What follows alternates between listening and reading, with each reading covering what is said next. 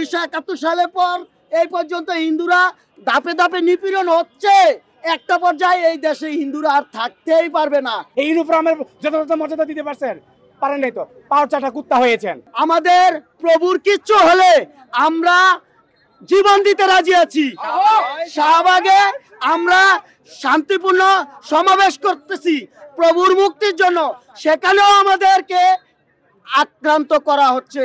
তাইলে আমরা কোথায় নিরাপদ? সব জায়গায় বলে হিন্দুরা নিরাপদ। আদৌ কি হিন্দুরা নিরাপদ? বাংলার মাটিতে হিন্দুরা নিরাপদ না। 1971 সালের পর এই পর্যন্ত হিন্দুরা ধাপে ধাপে নিপীড়ন হচ্ছে। একটা পর্যায়ে এই দেশে হিন্দুরা আর থাকতেই পারবে না। আমি অবিলম্বে আমাদের চিন্ময় প্রভুর মুক্তি কামনা করছি। আমি ডক্টর ইউনূস স্যারকে বলবো যে সোনাতলির দিকে তাকান। সোনাতলির রক্তে এই দেশের সাথে মিশে আছে বাংলার ভূমি। আমরা সনাতনীরা কখনো কোথাও গ্যাঞ্জামে নাই। স্যারকে আবারও অনুরোধ করব, চিন্ময় প্রভুকে অবিলম্বে মুক্তি দেওয়ার নির্দেশ দান করুন। নিজের পোশাকটা ইউনিফর্মটা পরার আগে যে শপথ নিয়েছিলেন, শপথ বাক্য পাঠ করেছেন, সেটা কোথায়?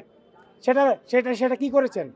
সেটা পালন করতে পারছেন? যথাযথ মর্যাদা দিতে পারছেন? এই ইউনিফর্মের যথাযথ মর্যাদা দিতে পারেন নাই তো পাওয়ার চাটা কুত্তা হয়েছেন।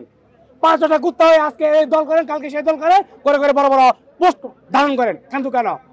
যারা আপনারা তো মরে তো সাধারণ যারা ফোর্স আছে, যারা কনস্টেবল আছে, যারা আছে, তারা মরে। আপনারা দেখেছেন গত কয়েকদিন আগে বরিশালে যে বেতাগী থানার যে মেয়েটাকে দর্শন করেছে, 8ম শ্রেণী পাস পড়ুয়া মেয়ে, তাকে প্রাইভেট পড়ার নামে ইলিয়াস নামে যে এত বড় টুপি দেয় মাথায়, এত বড় দাড়ি রাখে, সেই লোক যদি তার মেয়ে সমান একটা মেয়েকে প্রাইভেট পড়ার নাম দিয়ে তার রুমে ঢুকিয়ে তাকে টাকার লোভ দেখিয়ে তাকে দর্শন করে, পরবর্তীতে সে স্কুলের টিচারদেরকে নিয়ে সে টাকা খাওয়ায় মামলা দিয়ে 2 লক্ষ টাকাতে সে পার পেয়ে গেছে।